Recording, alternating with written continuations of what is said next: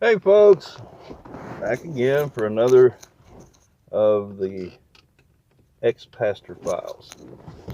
Um, Today I thought I'd try to kind of give a brief synopsis of the different churches that I served at during my ministry. And I'm going to try to be fairly generic in my descriptions of what happened. I'm not going to use anyone's name, um, but just give perspective from my point of view, which would be different from other people's point of view, I'm sure, because we all see the world through our own lenses. And all I can tell you about is what I saw through mine and how I perceived things. So we'll start with, I left off last time when I was just getting into the ministry and got my first appointment. Well, to go into a little more detail on how that came about, I was kind of waiting for an appointment.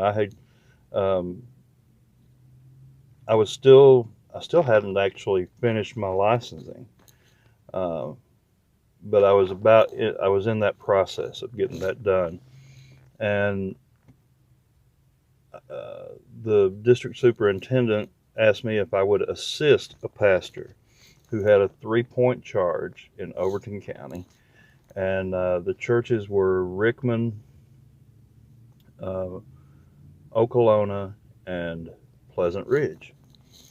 And I was happy to do that.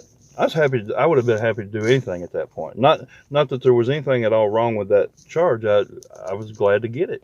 And what was happening was this fellow was uh, he was well beyond retirement age, and a lot of the pastors in the Methodist Church, at least, and probably in other denominations too, they retire, but then they just kind of keep on preaching. And even though they're retired and they're drawing their retirement, they still keep on preaching. And that seems to be a common theme, or it was while I was in the ministry at least. But anyway, this fellow was probably I think in his 80s, maybe late 80s, and he was having some health problems.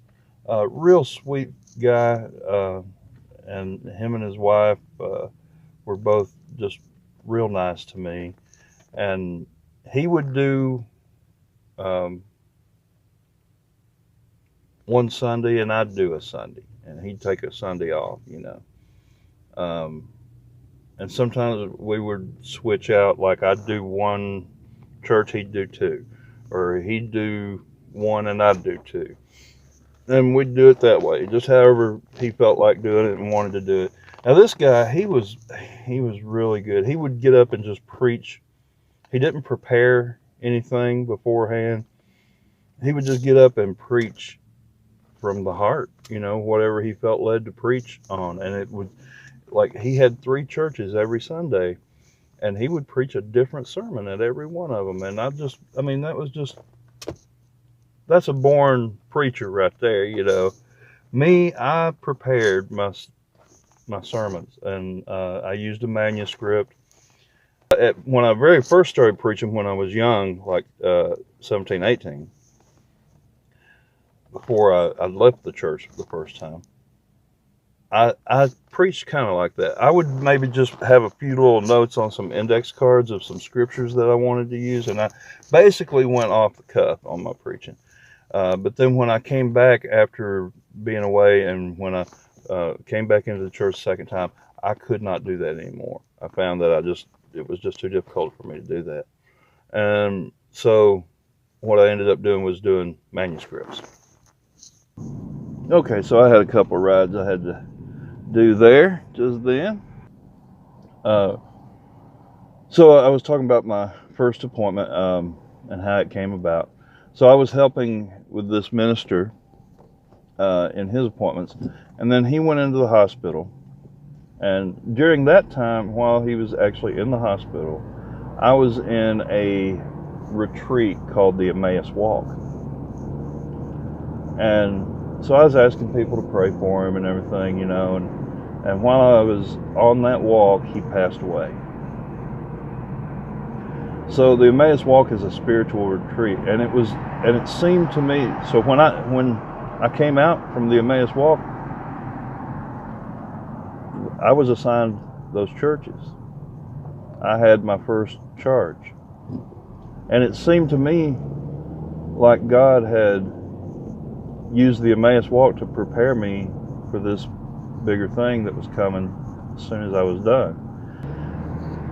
But sadly, my friend and colleague passed away during that weekend, and when I came out, that was basically my charge at that point.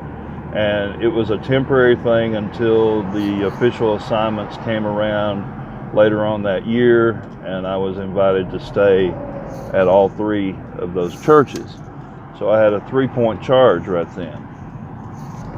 And I'm pulling in here to a little convenience store for a few minutes. I'll try to finish up this little segment at least. So I came out of the Emmaus Walk with this 3-point charge: Okolona, Rickman, and Pleasant Ridge. Pleasant Ridge community was kind of special to me because my dad's family had lived around in that area, and he was very familiar with it and knew the area really well. Could tell me stories about things that had happened during his childhood around that church. And so that was really neat. And I was at this first 3-point charge for 8 years, but it wasn't the same 3 when I left as it was when I came. I actually started realizing my biggest weakness in the ministry during that first assignment. And that weakness was pastoral visitation. I think I did this is the way I see it at least, I think I did a fairly decent job preaching. People seemed to enjoy my preaching. But I was never real comfortable doing the pastoral visitation, just going around to people's houses and talking with them and things like that, or even hospital visits, funeral home things. I would do these things when I felt like I had to, but I would avoid them, and I didn't stay long, and people didn't like that, especially the people at Pleasant Ridge, or some of the people at Pleasant Ridge, I should say. I stayed at Pleasant Ridge for 2 years. And at the end of that 2 years, there was so much controversy, and we'd gone through like a pretty fair split between the church as to whether they wanted me to even be there or not. And during my time there, they actually took a vote and, gave out forms for people to check yes or no or indifferent on, which was very much against the way we were supposed to do things. But when I found out they'd done that, I walked out and said, okay, I'm done here, and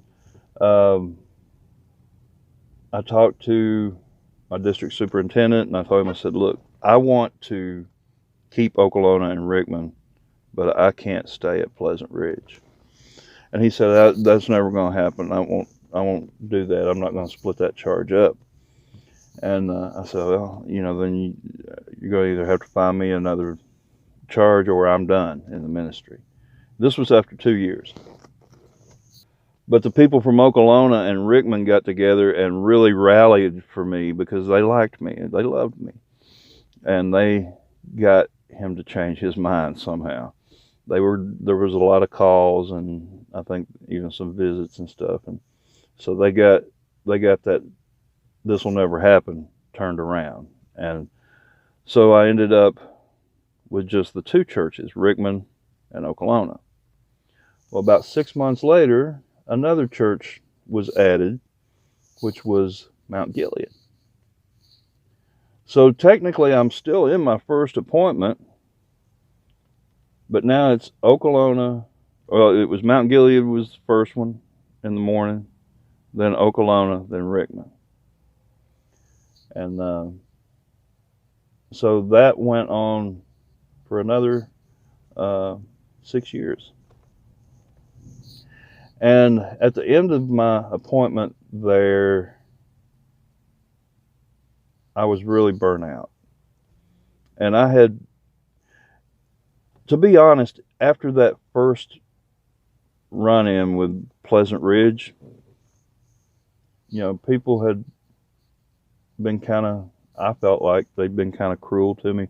There had also been some very nice, loving people at Pleasant Ridge. I don't mean to, you know, make that whole church sound bad. But I had been on the hit list, you know, there, I felt like. So after that first 2 years, I was really kind of done and didn't want to continue. And I'd been talking for the past 6 years about, you know, off and on about leaving the ministry, doing something else, finding something else to do. I'd even tried a few other little side things, you know. I guess we'll stop right there because that's actually the first 8 years. That's half of my ministry right there. And this has become a fairly long video at this point. In the next video, we'll kind of pick up somewhere in here, I guess. But I do appreciate you guys watching. Thank you. Please remember to comment, like, subscribe. You don't have to agree with everything I say and all that. Right now, I'm just kind of telling a story. I don't guess there's anything much in this this particular video to agree or disagree with, but it's just kind of my story. And I appreciate you watching. I'll see you next time. Later.